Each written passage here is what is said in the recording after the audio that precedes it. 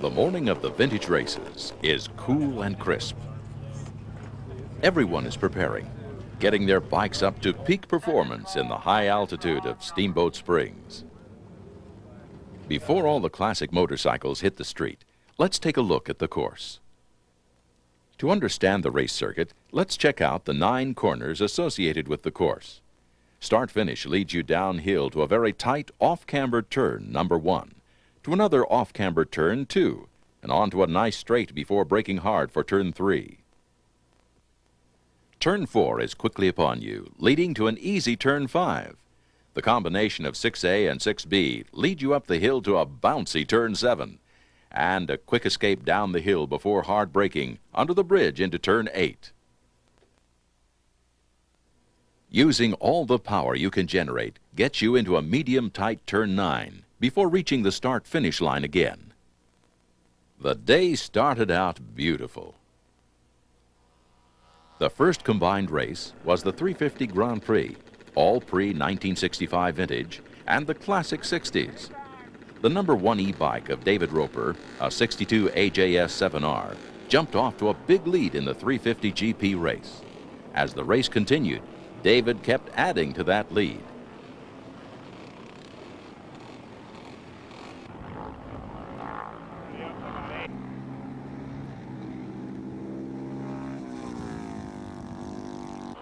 He was followed by number 62, Bill Anderson, on a 69 Harley-Davidson ERS.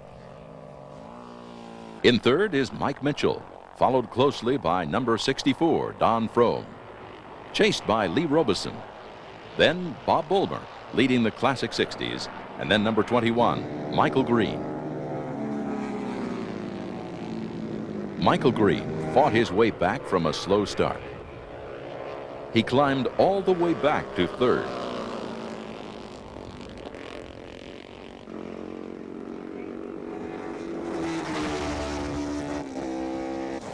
But no one was going to catch David Roper, who led from flag to flag. In the Classic 60s race, Bob Bulmer won on a 1960 BSA Beat 34. The pre-40s class brought out bikes with real character. We talked to Butch Bear, who tied for the point lead in this series event. Yeah, my name is Butch Bear. I'm out of Springfield, Massachusetts, the home of Indian motorcycle, where they manufactured them all the way up to 1953. So why do you ride an Indian? Well, my dad was an Indian dealer and I grew up Indian. And it wasn't legal, it wasn't allowed to sit on a Harley or anything like that. So it had to be an Indian. Tell us about the bike you're going to ride today. Well, I decided if I was going to race again at my age, I had to race one at least as old as myself. So a few years ago we left Steamboat and I decided, well, we'll build up a 27 or 26 Indian, you know, and I started locating parts and built it out of pieces. And like I say, the bike just handles gorgeous. It's unbelievable. It's a rigid rear frame and the front wheel goes up and down about 3/4 of an inch. Comfortable ride. But on the blacktop, it's just great. The Indian Scouts back in the 20s were probably the best riding and longest lasting motorcycle built in the world. Who's your competition today? Oh boy, I got him here. I got Ozzy Hour out of California on his 1939 BMW. I have Al Knapp on his 1940 Harley. Tell us about the championship you're competing for with Al and Butch. Well, I won it last year, right here in Steamboat. And Butch right now is in the lead. So in order to tie us or at least get close to him, I have to win today. You know, if I don't win, it's all over. Tell us about the bike or bikes you'll be riding today. It's a 1939 R51 SS. It's 500 cc's. It's a 2-cam motor. Tell us about the unique features of your bike. It's a 1939 and basically a 1951 frame, suspension, all that's the same. So I'm kind of used to riding that because that's what I used to ride in Germany. It's a lot of fun. And who's your competition today? Mainly Butch Bear, Al Knapp. I hope that's the only two. So is this your first season of racing now? I don't think so. My memory fails me. I have to read a sign on the nightstand when I wake up. It says, you're Al Knapp. That's how I start the day. No, I didn't just start racing. I can think a little further back than that. I think my first license was in 47. So I've been at it a little while. What are you riding today? It's a Harley. It's a 1940 Harley. It's called a WLDR. It was the last year of this, 1940. 1941, the factory came out with the WR race job. This was a race job, the basic race machine from 37 through 40. Yeah. The transmission is a small, weak transmission. It has a narrow frame in, so we can't cheat and put bigger transmissions in it.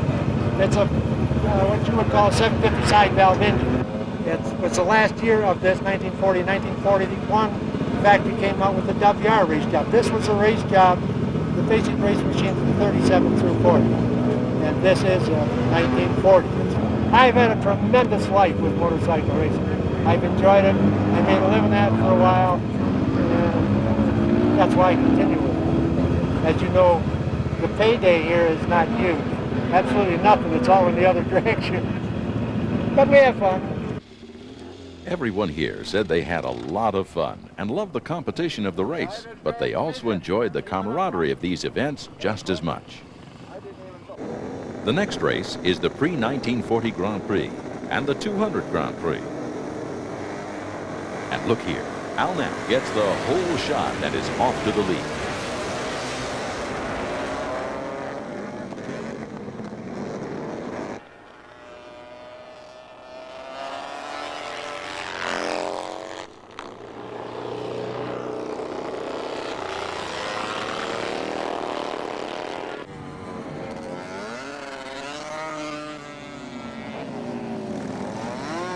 Mixed in with the 200 GP race, you can see Al's Harley, number 26, holds the lead. He's followed by 91X, Dr. Gregory Frazier. In third is number M1, Augie Auer. The 73X of Blake Wilson follows. And fifth is Butch Bear, number 49.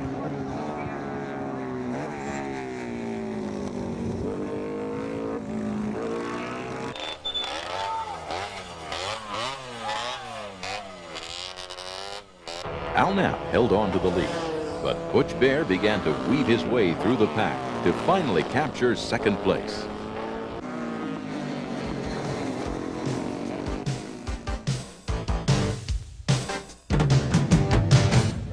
Yeah, the first race was short with a red flag, and I needed that extra couple of laps to catch them, and I just didn't have it. That's a nice story, but it wasn't going to work out. But for a man 70 years old, it's something, isn't it? No, 69. Oh, pardon me. In the 200 Grand Prix race, the battle was for second between 716 Yoshi Kosaka and 21 Mike Green.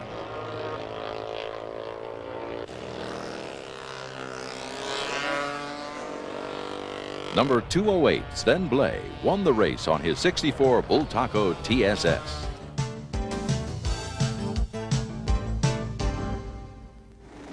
The next races were the 250 Grand Prix and Class C.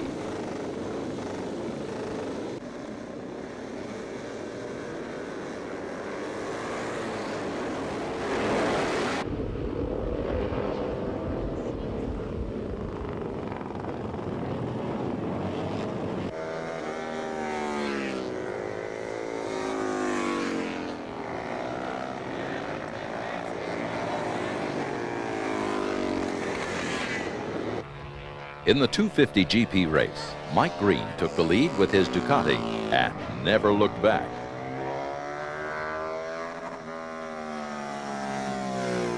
Holding a comfortable lead over Lee Robeson riding his Bull Taco. The Class C race saw Fred Mork, number 91 on a Norton, take the lead, followed by number 58 Norman Nelson and number 49 Butch Bear. Mike Green continued to hold a big lead in the 250 GP. However, as the race progressed, Lee Robeson was challenged by Sven Blay for second.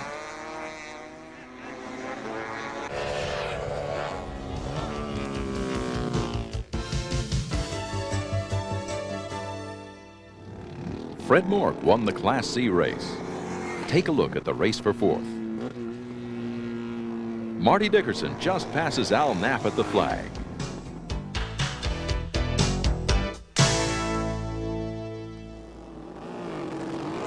We talked with Jeff Smith about AHRMA, the American Historic Racing Motorcycle Association. Well, I think that vintage racing is for vintage people, and by that I mean the people who have somewhat of a memory of having competed on motorcycles, or it may be, in some instances, it's a question of people who wanted to compete on motorcycles years ago.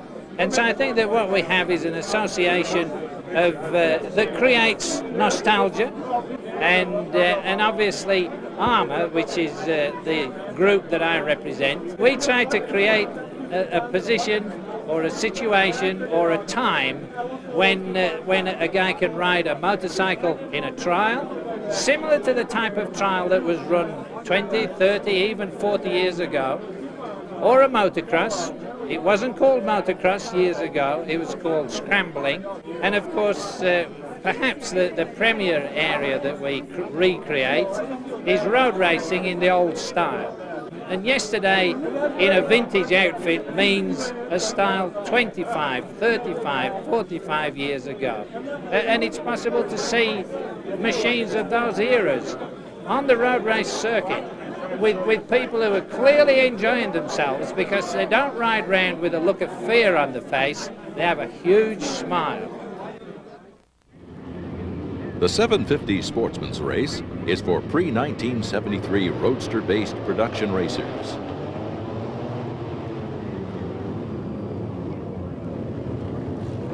Taking an early lead was Randy Burdescu on bike number 575, followed closely by number 39, Peter Watson. Randy is riding a 1972 BMW.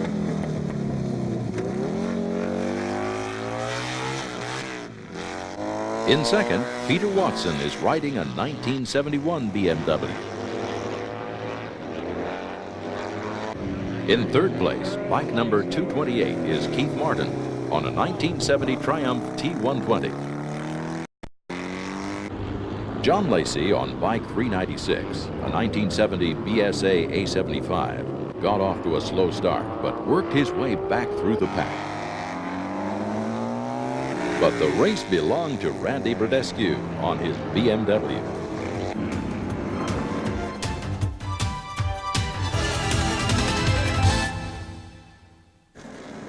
The next races were the two-stroke Grand Prix and the 500 Sportsman. Jerry Casiero, number 46, got the whole shot and jumped off to an early lead. The two-stroke bikes are all pre-1973 GP, up to 500 cc's.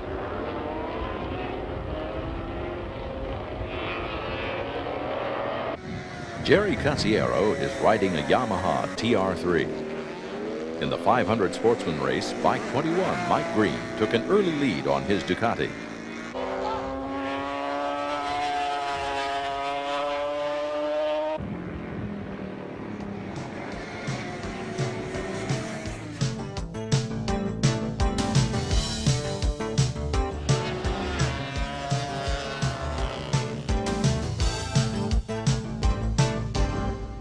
It was a good day.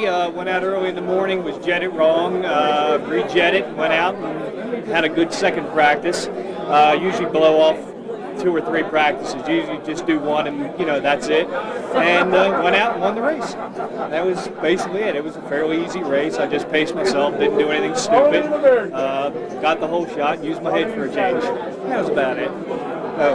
This is my second year in a row for winning this one. By the start of the 750 Grand Prix, the course was slick because of rain. In second place was Mark Field on a 1971 Norton Commando. He was followed by Joe Schmidt on a 1972 Triumph T120. But the race belonged to Richard Moore, who maneuvered his Triumph flawlessly.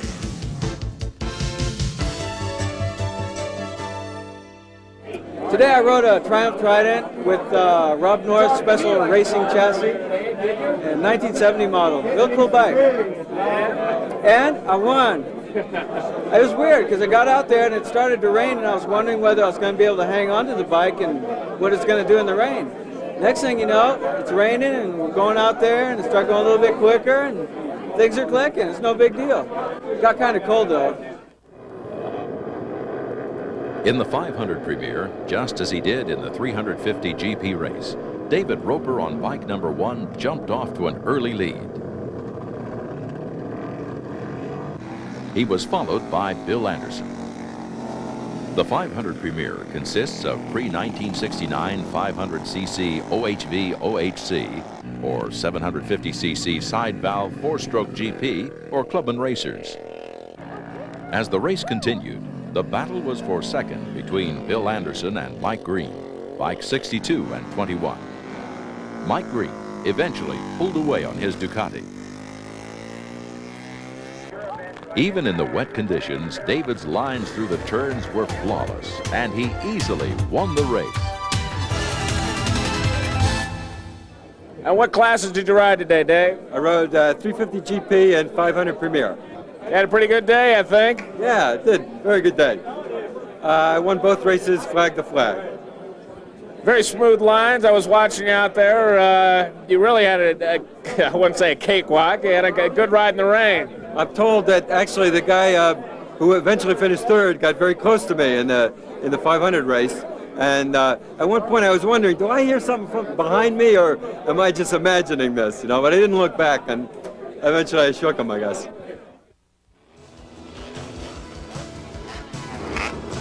So why do these guys do it? What gets you hooked on vintage motorcycle racing? Why ride vintage? It's fun, period. It's fun. It's just a good time. No pressure, you know. Go out there, have a good time, do what you can, come home. This is just such a fun game. It's not that expensive, and it's genuine. It's not phony artificial racing or any such thing. It's good, hard competition. I have the attitude, and if I ever lose it, I'll quit. I have the attitude when I go to race meet, I'm going to win. We're serious about it. We go there to win, but at the same time, we go there with smiles. For me, it's a little more mellow. We still get out there and have a good time. You know, you go wheel to wheel, and you go as fast as you want to. The appreciation for the motorcycle is a big thing. You know, it can be serious, but it's just a lot of people having a good time with their old bike. And in vintage, it's maybe less cutthroat and more low-key. Although it's still, you know, it's real racing, and so it satisfies that need, but it's a nice balance. Motorcycle racing keeps you young. Yeah, more people should go out and check out vintage bikes, because they're old doesn't mean anything. And I don't call it vintage, I call it classic. Classic means cool. You know, vintage kind of means old and stuffy. No, it's classic bike. You know, a cool bike that you wanted to have when you were younger. Hey, get on it and go.